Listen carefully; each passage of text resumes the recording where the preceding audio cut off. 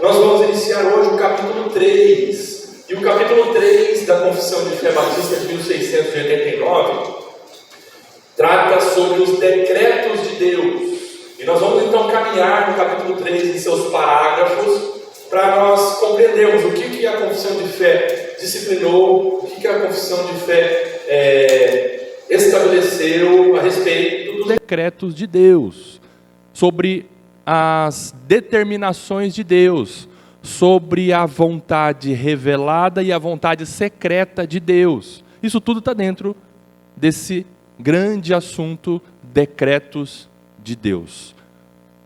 De início você já vai para esse capítulo entendendo que Deus é soberano, porque Ele decreta. Você e eu não decretamos coisas, apesar de que alguns evangélicos por aí decretam coisas na sua própria vida e na vida das pessoas, mas é impossível para o homem decretar alguma coisa. Por decreto eu quero dizer, determinar alguma coisa para que ela de fato aconteça. Você consegue isso? Desculpa a pergunta óbvia, mas muitos aí estão iludidos, né? Acreditando que essa questão de decretar, eu decreto que não, a partir de hoje eu não vou ter mais gripe. É possível isso? Eu decreto, minha irmã, que você vai encontrar um marido. É possível isso? Não, não é. Eu decreto que você, irmão, vai encontrar um emprego esta semana. É possível? O irmão sentado lá no sofá não entrega currículo, não faz nada, não é?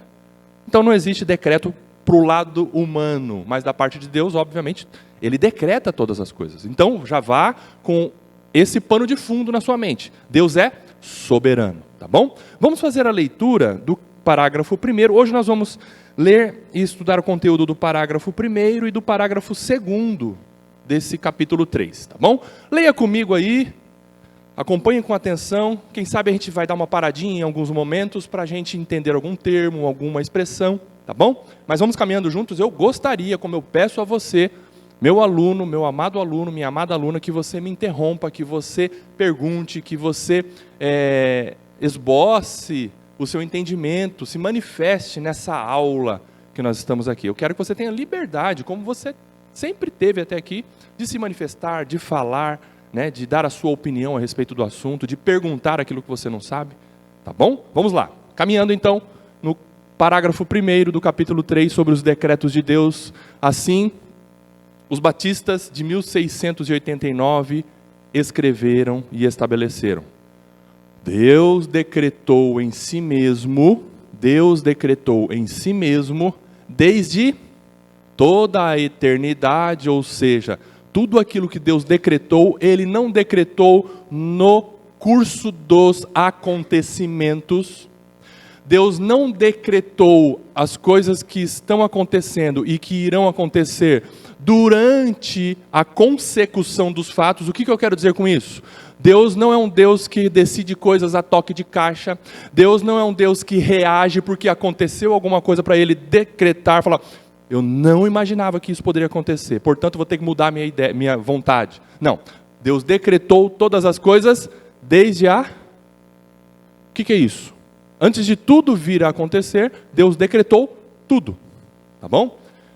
Pelo muito sábio e santo conselho de sua própria vontade, pela sabedoria de Deus, pela vontade de Deus, sua própria vontade, e esta vontade de Deus é influenciada externamente por fatores externos?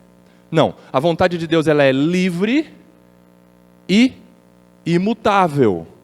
A vontade de Deus é sábia, livre e imutável. Todas as coisas. Então, portanto, Deus decretou todas as coisas. Seja o que for que venha a acontecer. Olha que segurança que surge, ou quem sabe que aumenta em nossos corações, quando nós sabemos que Deus já decretou todas as coisas. Tudo o que há de acontecer. Maravilhoso isso. Ainda assim, de modo que nem Deus é o autor do pecado, nem tem comunhão com algo nisso. Veja, isso aqui é importante. O pecado existe? Existe. O pecado foi decretado por Deus? Sim.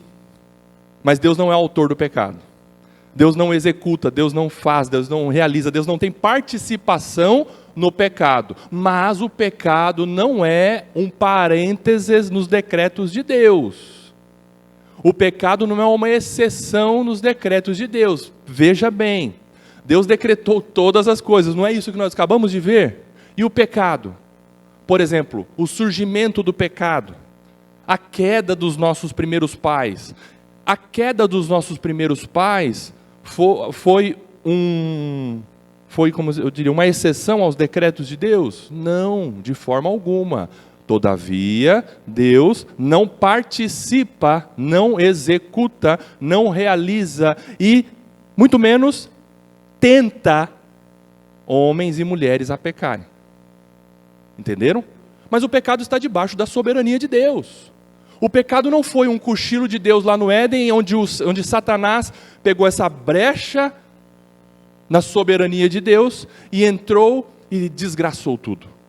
E Deus olhou para aquilo e falou, meu eu, o que eu faço agora? Satanás me pegou no contrapé.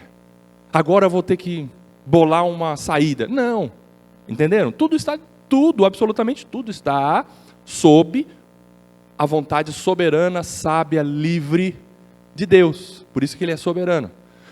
Mas aqui nós precisamos entender como os irmãos sábios batistas escreveram. De modo que nem Deus é o autor do pecado. O que é ser autor do pecado? Executor do pecado. Ele não pratica pecado. Autor do pecado, nem tem comunhão com algo nisso. Jamais, nenhuma. Não há comunhão entre luz e trevas. Tá bom? Nem é violentada. Agora vamos lá para a parte da vontade do homem. Nem é violentada a vontade da criatura. Ou seja, alguns, ao se contraporem à soberania e aos decretos de Deus, alguns estudiosos evangélicos dizem assim, então aqueles que vocês, calvinistas, que creem na soberania de Deus, que Ele decreta todas as coisas, então quer dizer que o homem é uma marionete que Deus mexe da forma que Ele quer, e a marionete não tem vontade própria e faz aquilo que Deus é violento, ou Deus força o homem a fazer aquilo que Ele quer. É isso? Não. O ser humano não é marionete, onde não tem vontade própria.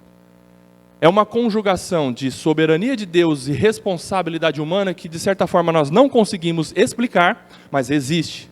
Existe assim, são coisas separadas, porém dentro do grande campo da soberania e dos decretos de Deus. O que eu quero dizer? Soberania de Deus em decretar todas as coisas e a responsabilidade do homem, vontade do homem que não é violentada. O homem é livre em sua vontade para fazer ou não fazer aquilo que ele quer, debaixo dos decretos de Deus. Debaixo dos decretos de Deus. Por vontade livre, entendam, não é livre-arbítrio. Livre-arbítrio seria, se o homem tivesse um senso de justiça e de retidão, que ele pudesse por si mesmo decidir entre o certo e o errado sem influência nenhuma. Isso está para você e para mim?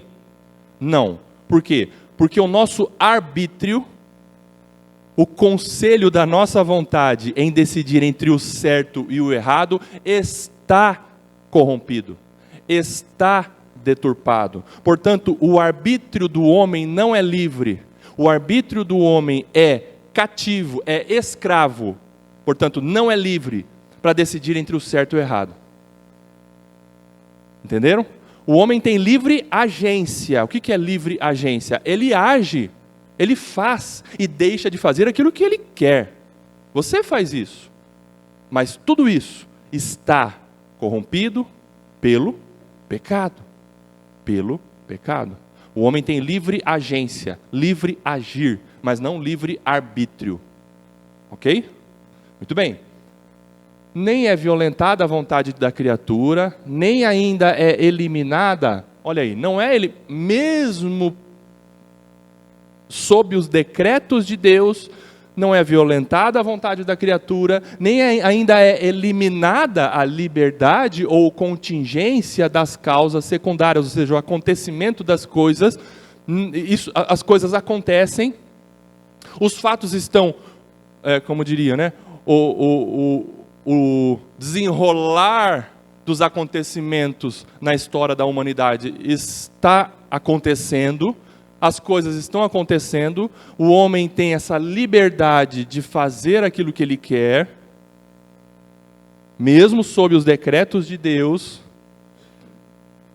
Essas coisas todas não foram eliminadas, nem a vontade do homem foi violentada.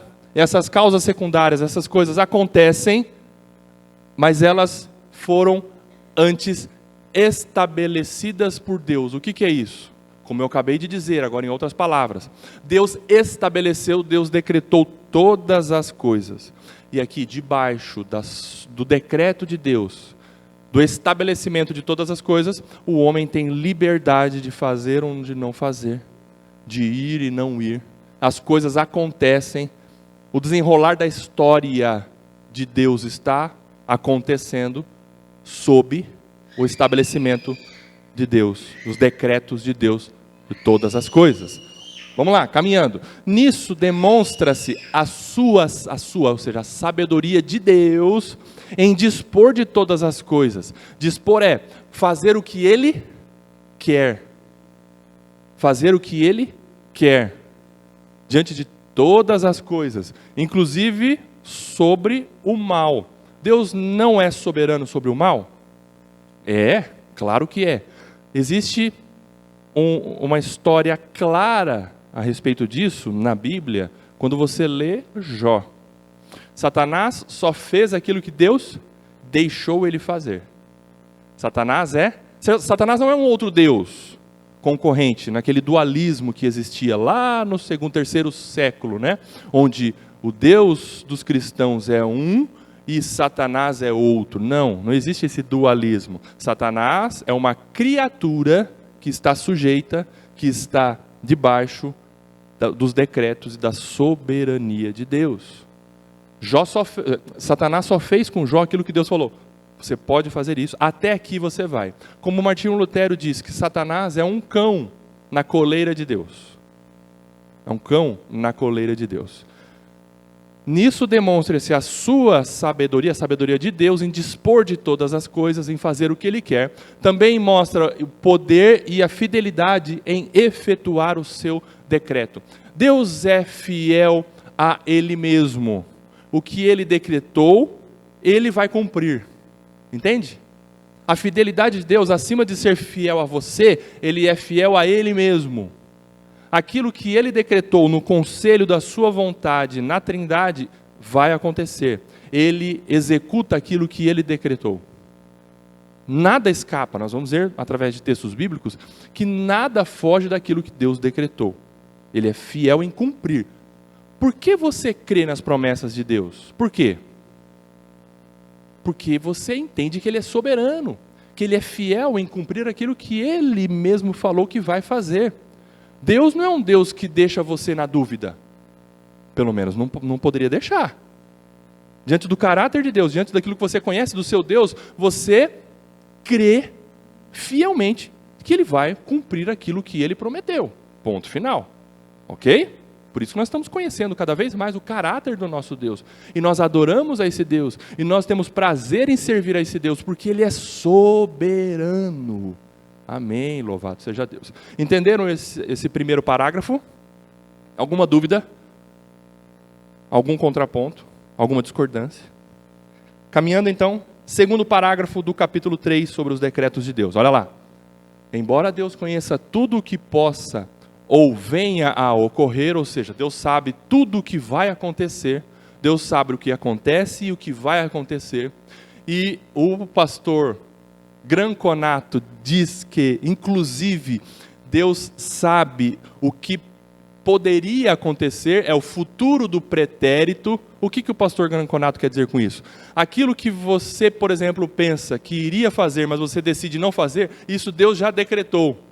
É o futuro do pretérito. Aquilo que iria acontecer, mas não vai acontecer, Isso está também debaixo da soberania de Deus, debaixo dos decretos de Deus. Embora Deus conheça tudo o que possa ou venha a ocorrer, sobre todas as circunstâncias imagináveis, tudo, absolutamente tudo está sob a soberania e os decretos de Deus. Ainda assim, Ele não decretou qualquer coisa, porque Ele a previu como futura, ou como aquilo que poderia ocorrer em tais condições. Em outras palavras, o que essa parte do capítulo 3 quer dizer? Deus não decretou aquilo do futuro, porque Ele viu aqui no passado que aconteceria aquilo no futuro. Deus não decretou lá antes da fundação do mundo a sua salvação. Quem foi salvo aqui em 2023, por exemplo? Foi batizado, foi salvo, foi regenerado, foi convertido, foi despertado para a fé em 2023. Ou 2024. Isso, 2024, aqui os irmãos. Lá na eternidade passada, Deus não anteviu que em 2024 o Florisvaldo iria crer, por isso lá na eternidade Ele decretou que o Florisvaldo iria crer, porque Ele anteviu que o Florisvaldo iria crer. Não é o futuro que influenciou a vontade e o decreto de Deus. Deus decretou aquilo que aconteceria no futuro sem influência alguma, sem antever as coisas. Entenderam? Não é porque Ele anteviu o que aconteceria. Não, Ele decretou o que aconteceria sem influência alguma, sem interferência, inclusive, do seu conhecimento do futuro. Nada influencia a decisão, o decreto e a vontade. Nada influencia a vontade de Deus. Sequer aquilo que Ele anteviu que aconteceria, entenderam? Não é aquilo que aconteceria que influenciou a vontade de Deus e o decreto de Deus lá no passado. É isso que nós estamos vendo. Olha lá, de novo. Embora Deus conheça tudo o que possa ou venha a ocorrer, sobre todas as circunstâncias imagináveis, leia comigo. Ainda assim, Ele não decretou qualquer coisa, porque Ele a previu como futura, ou como aquilo que poderia ocorrer em tais condições. Entenderam? Resumidamente, Deus decretou todas as coisas por sua própria vontade, sem influência alguma, pelo conselho sábio, livre e soberano da sua vontade. Esse é o Deus que você adora, sim ou não? Esse é o Deus que você serve, sim ou não? Soberano, todo-poderoso, que decretou todas as coisas, e nada foge do controle da vontade e das determinações e do estabelecimento de todas as coisas que Deus quis. Pois não, Pai?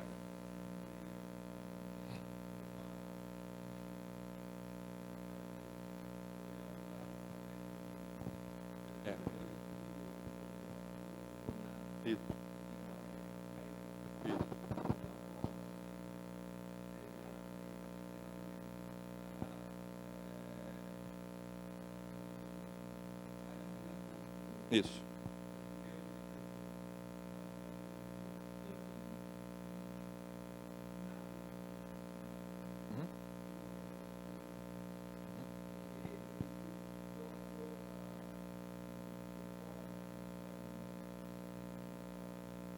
Amém. Isso. O ex nihilo, né, essa expressão em latim, que mostra que Deus fez todas as coisas do nada.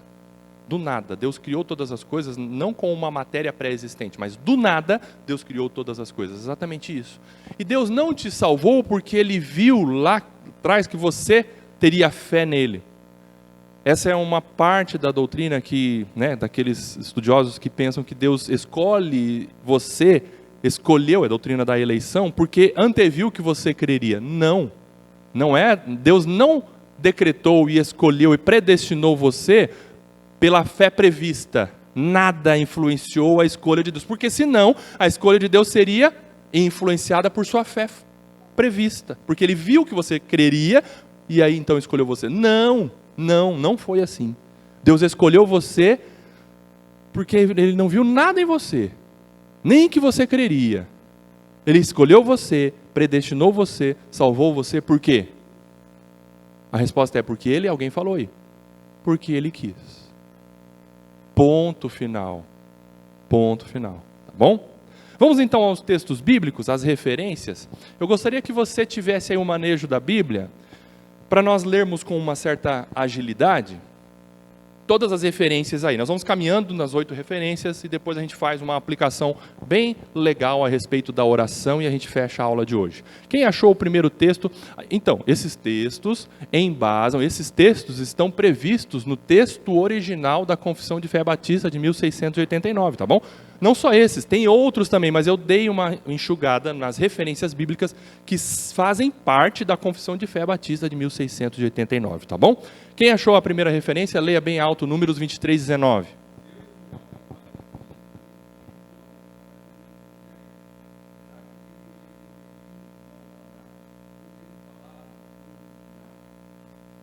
A resposta é? Claro que ele vai cumprir. Claro que ele vai fazer aquilo que ele prometeu. Por quê? Balaão, esse profeta meio brincalhão com Deus, né? Nesse momento ele foi muito sério. Nesse momento ele falou uma coisa muito séria. E ele falou que Deus não é homem para que minta, nem filho de homem para que se arrependa ou que mude de ideia. Acaso Deus muda de ideia? Acaso Deus não cumpre aquilo que ele prometeu? A resposta é: não, Deus cumpre tudo aquilo que ele prometeu. Está aí na palavra de Deus. Esse é o caráter de Deus, o seu Deus, do meu Deus. Ele não muda. Aquilo que ele determinou, ele vai cumprir. Tá bom? Números 23, 19. Isaías 46, de 9 a 11. Quem achou, leia.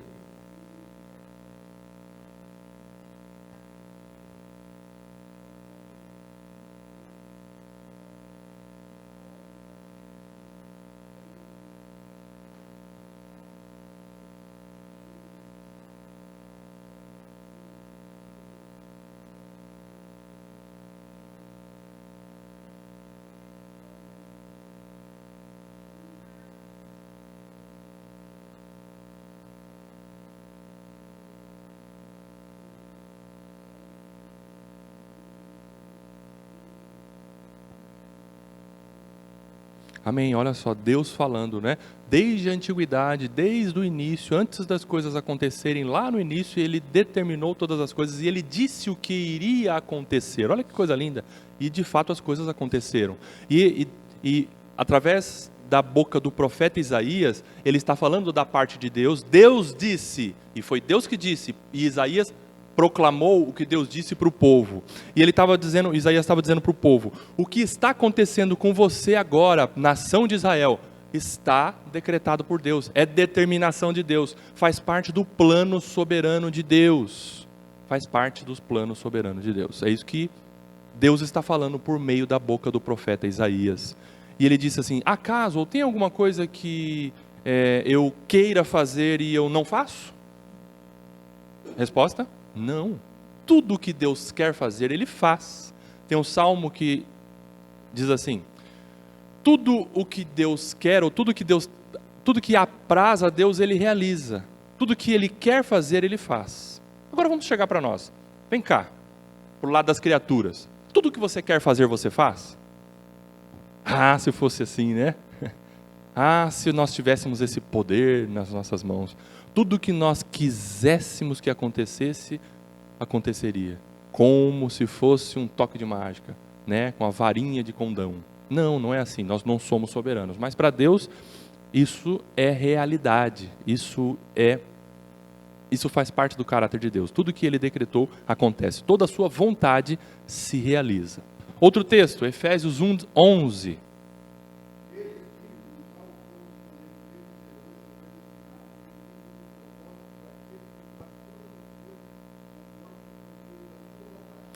Muito bem, em Efésios 1:11, Paulo escreveu que tudo Deus faz segundo a sua vontade, e tudo está contido a predestinação, tudo está contido a sua escolha, a sua salvação, o que Deus realizou em sua vida para salvar você. Está dentro desse contexto do capítulo 1 de Efésios, não é? Paulo, ele escreve nesse capítulo 1 as bênçãos espirituais que nós recebemos em Cristo Jesus. A predestinação, a eleição, a adoção. O pastor Newton vai poder dar aula para nós a respeito disso, que ele pregou faz pouco tempo em Efésios, né, na carta de Paulo aos Efésios.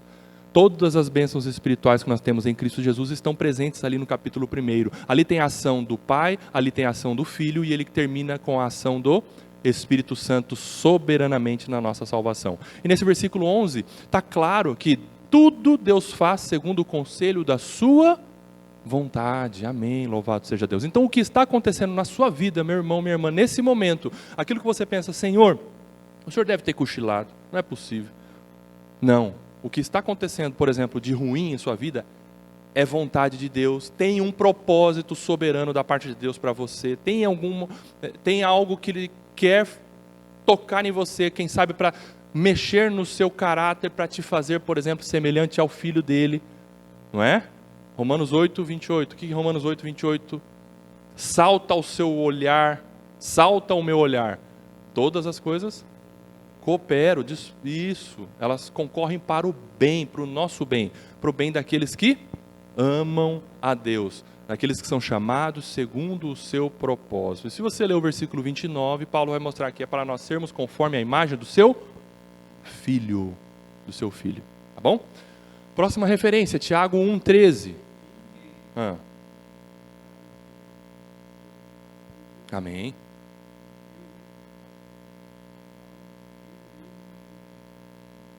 Muito bem, então, obviamente nós não vamos falar isso, mas se alguém cogitasse em falar assim, mas se Deus decretou todas as coisas, Ele que está me induzindo ao pecado, Ele que está me empurrando para o pecado, verdade? Não, de jeito nenhum. Ninguém pode ser tentado, o texto é claro que o Rock leu. Ninguém pode ser tentado por Deus, e, né, Deus não tenta ninguém, Ele também não pode ser tentado e a ninguém tenta. Tentar é empurrar a pessoa para que ela peque, isso é tentação. Mas Deus prova. O que é aprovação? Provação é diferente de tentação. O que é aprovação? Aprovação é o agir de Deus na sua vida com relação a coisas ruins que acontecem, para que você se aproxime dele, para que você seja lapidado por ele, para que você seja podada por ele. Isso é provação. Deus prova, Deus não tenta. O diabo tenta, o diabo não prova. A provação que está sobre a sua vida não é Satanás, é Deus. A tentação que muitas vezes surge na sua frente é Satanás, não é Deus. Ou é a corrupção do seu próprio coração, porque não é só Satanás que tenta. Que muitas pessoas colocam, colocam em Satanás a culpa por tudo. Satanás, irmão, estava no corpo daquela mulher que apareceu na tela do meu computador. Não, muitas vezes não foi Satanás que pegou o mouse e clicou, foi você. Não é? Foi você. Então Deus não tenta a ninguém. Deus não tem participação nenhuma na execução do pecado, mas Ele decretou o pecado, o que o pecado acontecesse. É isso. É isso. Tá? 1 João 1,5, também a respeito de que Deus é luz. Quem achou pode ler. Pode ler, Lore. A Lore abriu aqui. Vai lá, Lolo.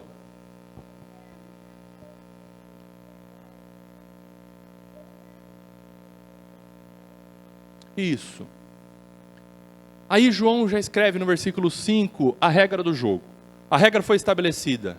Deus é luz e não há nele treva alguma. Ponto final. Bom? Deus não executa pecado, Deus não tem participação no pecado. Mas Ele é soberano, estabelecendo todas as coisas, inclusive o acontecimento do pecado. É isso que eu quero que você entenda. Mas Deus não tem participação na autoria, na realização, na execução do pecado. Mas o pecado não fugiu da soberania de Deus. Não foi um cochilo de Deus. Tá bom? Atos 4, 27 e 28.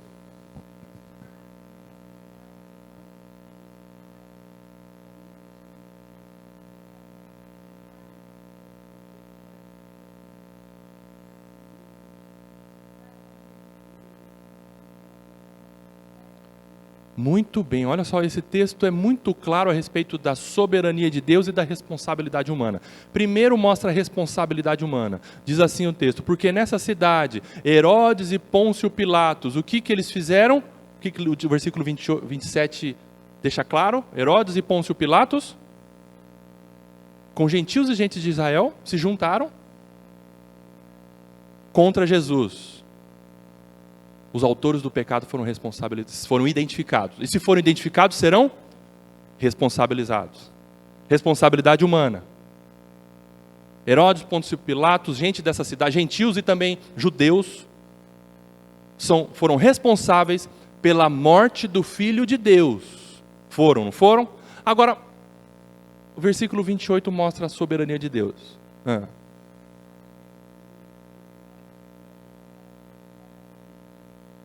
Eles foram responsáveis, foram pecadores maus contra o Filho ungido de Deus. Mas isso não estava fora daquilo que Deus decretou, o que a sua mão, o seu propósito predeterminaram. Soberania de Deus.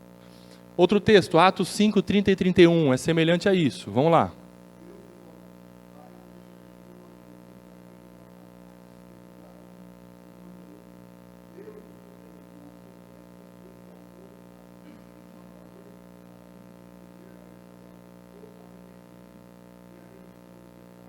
Dentro da soberania de Deus, Deus decretou, Deus determinou a morte do seu filho. Sim ou não? Sim, sim. A morte do filho foi decretada, determinada, estabelecida por Deus antes de todas as coisas virem a acontecer. Em Apocalipse você encontra um texto assim, ó: o Cordeiro de Deus que foi morto antes da fundação do mundo. Mas Cristo morreu lá antes do mundo ser mundo? Não. Mas ele lá, por decreto de Deus, foi morto. Foi por decreto de Deus, estabelecido por Deus, que ele viria para morrer no lugar de pecadores. Mas, continuando o texto, Deus determinou a ressurreição, a morte do seu filho, mas o escritor diz assim, ó, que vocês mataram. Olha o texto aí de novo, leia aí Atos 5, o que diz o versículo 30? Leia de novo, bem alto.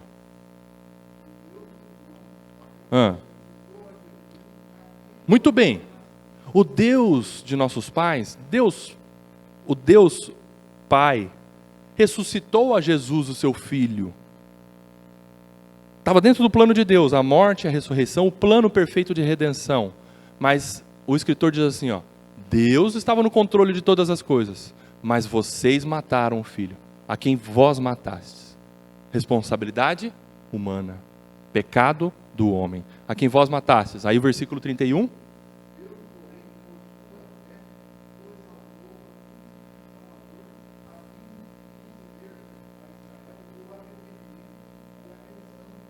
Muito bem.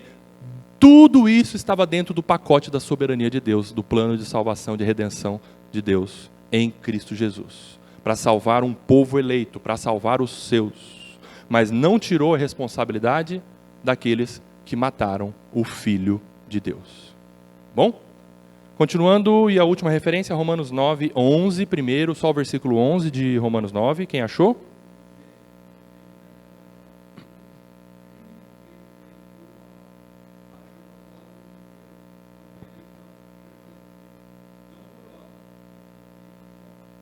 Isso, esse é o 11, né? Nada então influencia ou influenciou a vontade de Deus em salvar você. Nada influenciou ou influenciou a vontade, a determinação e o decreto de Deus em salvar Jacó. Nada. Por quê? Não foi assim, ó. Esaú nasceu, depois veio Jacó agarrado no pezinho do seu irmão, nasceu logo depois, os gêmeos nasceram, né? Esaú primeiro, depois veio Jacó. Aí eles cresceram bonitinho, Jacó era meio quietinho, Esaú era meio, né, bagunceiro. Aí eles ficaram adolescentes, Esaú brigava demais com Jacó, e Jacó falava, vou falar para a mãe. Para com isso. Jacó, em determinado momento da adolescência, da juventude, enganou Esaú e passou a ser mal com Esaú. Mas Esaú era mais malvado. Esaú, ele expressamente, explicitamente, ele era malvado, ele fazia coisas más, ele era bem debochado. Esaú, ele era estourado. Então, diante disso, dessa realidade, Deus viu que Jacó era melhor que Esaú, e aí assim escolheu Jacó. Foi isso? Não. Não. O texto está dizendo, antes deles nascerem, de virem a fazer alguma coisa, Deus escolheu um e rejeitou o outro. Deus escolheu Jacó porque ele era bom? Não. Jacó não era bom. Jacó nunca foi bom aos olhos de Deus. Mas Deus escolheu Jacó, amou Jacó, como o profeta Malaquias escreveu, né? Amei a Jacó, aborreci a Esaú, desprezei Esaú e a linhagem de Saul. Ali está dizendo que Deus escolhe um povo para si, representado por Jacó, mas não porque esse povo merecia, porque Jacó não fez nada de bom para Deus, e nada de mal para Deus, porque também o mal não foi motivo para Deus desprezar Esaú, mas porque ele quis, porque Deus nivela a raça humana num parâmetro só, todos são maus, são pecadores, todos são pecadores, e se todos são pecadores, quem merece? Ninguém. Todos estão condenados para o inferno, porque todos são maus, e ninguém consegue satisfazer a justiça de Deus. Todavia, ele escolhe alguns desses todos maus para serem seus, por graça, porque ele quer, porque ele ama e ele amou antes da fundação do mundo. O texto de Romanos 9:11 mostra isso.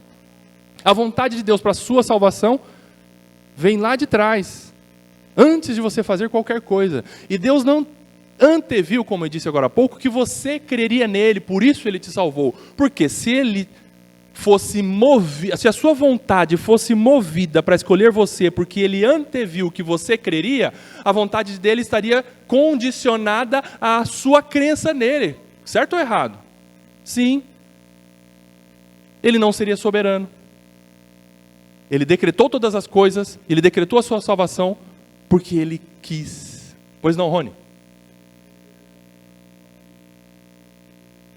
Isso, exatamente. Ele também viu que nós não teríamos condições de crer. E isso mesmo, perfeito. Deus salvou e Ele nos deu a condição. Olha só que maravilhoso crer na soberania de Deus, né? Ele escolheu você antes da fundação do mundo. Ele, num tempo determinado na sua vida, na existência, na história da raça humana, Ele chamou você, Ele viu que de fato você não teria condições de crer nele, Ele te deu o dom da fé para você crer nele, Ele deu o Salvador para você crer nele, Ele deu condições para você crer nele, Ele te deu o caminho e a vocação para você caminhar e viver para Ele. Tudo é dele, nada é nosso, nada é nosso. Amém? É isso. Agora o versículo 16 de Romanos 9, o que diz?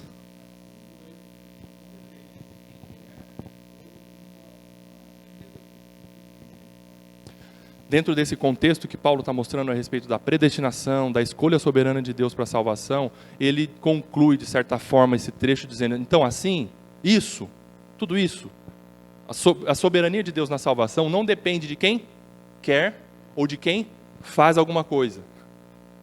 Não basta querer, não basta fazer para Deus, mas a salvação depende, única e exclusivamente, da vontade de Deus. Não é por quem levanta a mão no final de um apelo de um culto e fala, vem à frente para você ser salvo. Ou vem à frente que nós vamos fazer uma oração de salvação para você. Não depende disso, não depende de querer, ou não depende, como algumas religiões e seitas pregam e ensinam, que você fazendo coisas para Deus, você alcançará a misericórdia de Deus e a salvação da parte de Deus. Não depende de quem quer, ou de quem corre, ou de quem faz alguma coisa, mas de usar Deus a sua misericórdia. Portanto, você tem motivos de ajoelhar a Deus nesta manhã e agradecer ao Senhor, porque você é fruto de misericórdia, porque você está salvo hoje. Não fossem as misericórdias do Senhor e a graça de Deus chegar na sua vida, você não seria salvo. Gratidão ao Senhor por tão grande salvação. Louvado seja Deus. Vimos então os decretos de Deus aí nesse início, nesse arranque, né, do capítulo 3 da Confissão de Fé Batista de 1689. Agora vamos caminhar para nós fazermos algumas aplicações bem rápidas sobre a oração, por exemplo. Se Deus é imutável em seus decretos, por que há menção na Bíblia do arrependimento de Deus? Por exemplo, você lê na Bíblia, né? Temos a impressão de que Deus mudou de ideia, disse que iria fazer alguma coisa, mas não faz. Ou depois que fez, se arrependeu de ter feito. E o exemplo claro é em Gênesis 6, naquele momento antediluviano, um pouquinho antes do dilúvio, que Deus viu que toda a raça humana estava corrompida em seu interior, capítulo 6 de Gênesis. Toda a raça humana estava nivelada diante de Deus como maus pecadores, indignos, e Deus ficou triste com isso, e diz a palavra de Deus, na Ara existe essa expressão, na NAA ou na NTLH diz que ele se entristeceu, mas na Ara deixa claro que Deus se arrependeu de ter feito o homem. Ele se arrependeu? Parece que ele quis fazer alguma coisa, mas de repente aconteceu algo que fez ele voltar atrás, falando, por essa eu não imaginava, hein? Não foi isso que aconteceu. Lá em 1 Samuel 15, 11, quem achou esse versículo, leia por favor, bem rapidamente. 1 Samuel 15, 11. A respeito da escolha de Saul para ser rei. 1 Samuel 15, 11.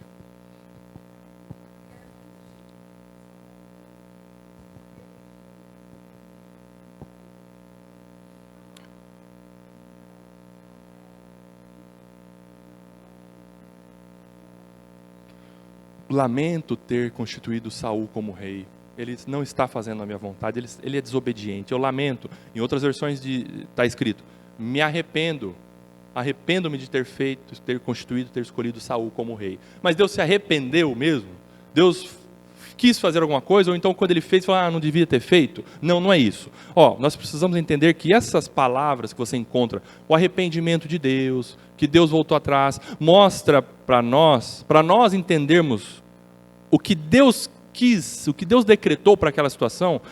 Essas expressões são retrato de nós, para nós entendermos um pouquinho como Deus age, mas é um retrato de nós. É isso aí, Essas passagens utilizam uma linguagem que se refere a Deus como se ele tivesse forma de homem, por exemplo. Existem algumas passagens que ele mostra que as mãos de Deus fizeram tal coisa, os pés de Deus caminham para tal coisa. Mas Deus tem mão? Não. Deus tem pé? Não. É para nós entendermos, ao olharmos estas passagens, nós identificarmos nessa passagem como Deus fez tal coisa, mas Deus não tem forma de homem, por exemplo. Se Deus escrevesse para elefante, estaria escrito lá, as trombas de Deus fizeram tal coisa. Mas ele escreveu para homem, certo? Para nós entendermos. Isso é antropomorfismo, desculpa aí a gracinha. Mas só para nós entendermos como que Deus age, para nós entendermos, utilizando forma humana. Mas ele também, na escrita, em alguns versículos, mostra o sentimento do homem, como se Deus tivesse esse sentimento, que seria o antropopatismo. Deus se arrependeu, Deus ficou triste. Esses são sentimentos humanos, que nós, ao lermos a passagem, conseguimos entender um pouco como Deus agiu. Mas não que Deus queria fazer tal coisa, mas algo aconteceu que fez ele mudar de ideia e mudar o seu plano. Não é isso. Tá? Esse arrependimento de Deus nessas duas passagens diz respeito à tristeza de Deus, ao lamento de Deus pelo que estava acontecendo. Mas ele não mudou de ideia. Tudo aquilo que estava acontecendo estava assim estava rigorosamente sob os decretos, a determinação e a vontade de Deus. Para nos ajudar a compreendermos Deus partindo do nosso referencial humano. Logo, Deus se revela através dessas passagens bíblicas, de tal forma que possamos entender a vontade dele. Ok, muito bem. E agora sobre a oração para nós encerrarmos. E a oração muda a vontade e a mente de Deus? Eita, e aí? Para entendermos isso, devemos perguntar, você sabe qual é a vontade de Deus para isso? Deus não revela a sua vontade secreta e a sua providência misteriosa com relação a muitas coisas para as nossas vidas. Como afirmar que Deus mudou se eu não sei qual era o seu plano para comparar com o que aconteceu? Nós só passamos a saber a vontade decretiva de Deus depois que algo acontece no mundo dos fatos. Por exemplo, você ora a Deus para Deus te dar um emprego. Por exemplo, Senhor, me dê um emprego, eu preciso trabalhar. Até aqui era a vontade de Deus você não ter emprego. De repente, essa semana surge uma oportunidade de emprego. E aí você porque você orou, você para e pensa, oh, Deus mudou, agora Deus quis que eu tivesse um emprego. A vontade de Deus mudou para a minha vida, louvado seja Deus. Não, não é isso. A oração não muda a vontade de Deus. Deus quis que você ficasse sem emprego por um tempo e Deus quis que em um determinado momento você tivesse um emprego. A vontade de Deus, o decreto de Deus é imutável. Não é porque você orou que ele mudou. O que tinha que acontecer, aconteceu. Por exemplo, um caso clássico na Bíblia é o caso do rei Ezequias, lá em Isaías 38. Não vai dar tempo de nós lermos hoje, mas você vai ler com calma em casa, que o rei Ezequias, ele ficou doente, era um rei da nação de Israel, da parte sul, né, de Judá. E o rei Ezequias ficou mal, ficou doente, e ele orou ao Senhor. E quando Isaías estava saindo do palácio do rei Ezequias, o profeta Isaías estava saindo do palácio do rei Ezequias, Deus falou para Isaías, Isaías, volta lá e fala para o rei Ezequias que ele vai viver mais 15 anos. Deus mudou de ideia? Porque Ezequias orou? Porque Ezequias orou. Deus mudou de ideia? Não. Isaías voltou lá e falou para o rei Ezequias, Ezequias, Deus te deu mais 15 anos de vida. Aproveite. Aproveite. Muito bem, o que aconteceu? A pergunta, Deus mudou o que havia decretado a respeito da morte do rei Ezequias? Deus mudou? Não. A pergunta que devemos fazer, tendo como base os decretos imutáveis de Deus, é esta, ó. Qual era o plano de Deus nessa história? O plano de Deus nessa história era que Ezequias morresse na primeira fala de Isaías? Não. Não era o plano de Deus que Ezequias morresse na primeira fala de Isaías. O plano de Deus era que Isaías falasse primeiramente que Ezequias iria morrer. E depois que ele saísse do palácio, Deus falou com Isaías, Isaías voltou e falou para Ezequias que ele viveria mais 15 anos, e o plano de Deus para o rei Ezequias era que ele vivesse os 15 anos e morresse exatamente no dia em que ele morreu. Esse era o plano de Deus. Olha lá, ó. Resposta, certamente o decreto de Deus para Ezequias era que ele vivesse mais 15 anos e morresse exatamente no dia em que ele morreu. A vontade de Deus não mudou porque Ezequias orou. A vontade de Deus era que ele vivesse como ele viveu, da forma como ele viveu e no dia em que ele morreu. O propósito de Deus quanto àquela declaração inicial era provocar humilhação no rei Ezequias, para que este reconhecesse que a sua vida estava nas mãos de Deus. Era para trabalhar na vida do rei Ezequias uma certa humilhação, para ele depender mais de Deus, para ele se aproximar mais de Deus, para ele, quem sabe, orar ao Senhor com mais devoção, piedade, tudo isso estava dentro do plano de Deus. E aí nós vamos encerrar com o ensino do pastor Augusto Nicodemos, dizendo isto: quando Deus ordena que oremos e que irá atender as nossas orações, isso não é uma ilusão e promessa vã. Veja, quando nós oramos a Deus e Deus fala que Ele vai atender as nossas orações, se nós fizermos segundo a sua vontade, não é que a vontade dele era outra para a sua vida e porque você orou, Ele mudou a vontade dele e vai cumprir aquilo que Ele quis fazer num segundo momento. Não. Meu irmão, minha irmã, continue orando para que a vontade de Deus se realize na sua vida. Continue orando. Deus vai responder às nossas orações e responder aos nossos pedidos. Só que no final, a vontade dele será feita e as nossas orações são meios secundários pelos quais Deus obtém o seu propósito. Ou seja, presta bem atenção, as nossas orações fazem parte do plano que Deus pré-ordenou antes da fundação do mundo.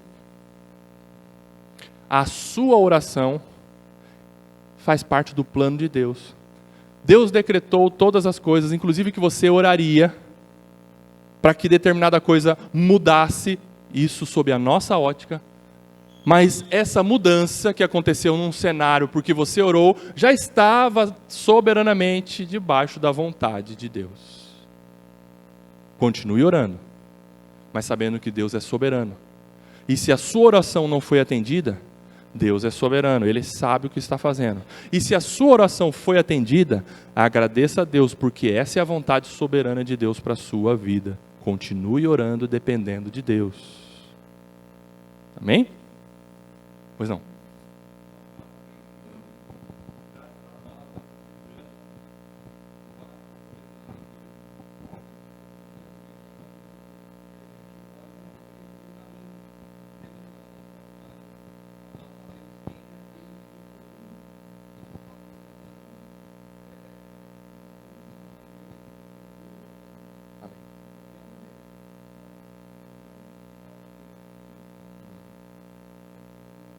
Amém. Amém. Louvado seja Deus. A sua oração faz parte do plano soberano. A sua oração é um meio secundário para que Deus realize e execute o plano soberano dele na sua vida. Tá bom? Confie naquele que tem todas as coisas sob o seu domínio e autoridade. É o nosso Deus soberano. Amém? Segurança para nós. Como é bom sabermos que o nosso Deus é soberano. Em nome de Jesus, amém.